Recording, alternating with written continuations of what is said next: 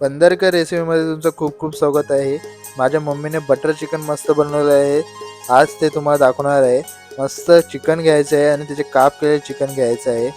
ते नीट बघायचे आहे आणि त्याच्यानंतर त्याच्यावर आलू लसूण पेस्ट टाकायची आहे. तुमच्या चवीनुसार टाकायची आहे. त्याच्यानंतर त्याच्यामध्ये गरम मसाला, 1 टीस्पून हळद आणि लाल मसाला टाकायचा आहे. लाल मसाला टाकल्यानंतर आपण त्याच्यामध्ये 2 चमचे घट्ट दही, ते घट्ट दही घेतल्यामुळे ते मॅरिनेट करायला मस्त जातं.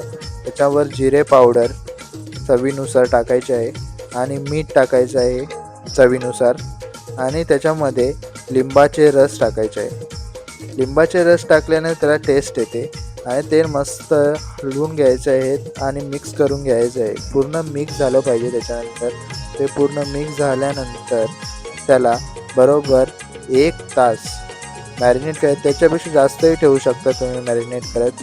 मॅरिनेट केल्याने ते मस्त त्याला फ्लेवर येतो.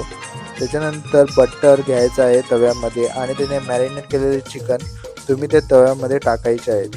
तव्यामध्ये ते मस्त फ्राय करायचे आहेत. ते चिकन मस्त फ्राय करून घ्यायचे आहेत. पूर्ण फ्राय केल्याशिवाय ते काढू नये आणि त्याची काळजी घ्यावी. मस्त फ्राय झाले पाहिजेत. आता आपण बटर चिकनची ग्रेव्हीसाठी दालचिनी, लवंग, चक्री फूल, वेलची म्हणजे खडा मसाला घ्यायचा आहे आणि तेलामध्ये मस्त फ्राय करायला ठेवायचे आहेत. तेजपत्ता घ्यायचा आहे. चिरलेले कांदे घ्यायचे आहे. जरा चिरलेले कांदे जास्त प्रमाणात घ्यावे आणि नंतर त्याच्या पुढे त्यामध्ये मस्त ते मिक्स करून घ्यावे. त्याला परतून घ्यावे. रंग येईपर्यंत परतून घ्यावे. ते नंतर त्याच्यावर हिरवी मिरची आणि काजू त्याच्यावर टाकायचे आहे. काजूने कशी तो जरा थिकनेसपणा येतो, त्यामुळे ते जरा फ्लेवर त्याचा चांगला लागतो. ते मग परतून घ्यावे.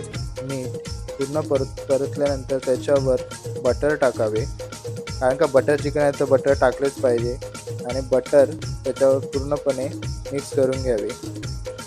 आता आपण चिरलेले टॉमॅटो त्यावर टाकत आहे आणि ते टाकल्यानंतर त्याला परतून घ्यावे आणि परतल्यानंतर त्याच्यावर कोथिंबीर टाकावी.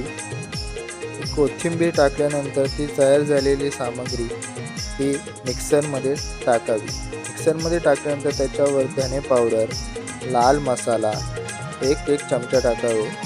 ते मिश्रण मिक्सरमध्ये वाटावे. नंतर कढई घ्यावी. कढईमध्ये बटर टाकावे. बटर मिक्स केलेले ग्रेव्ही जी मिक्सरमध्ये वाटलेली आहे ती त्याच्यामध्ये टाकावी.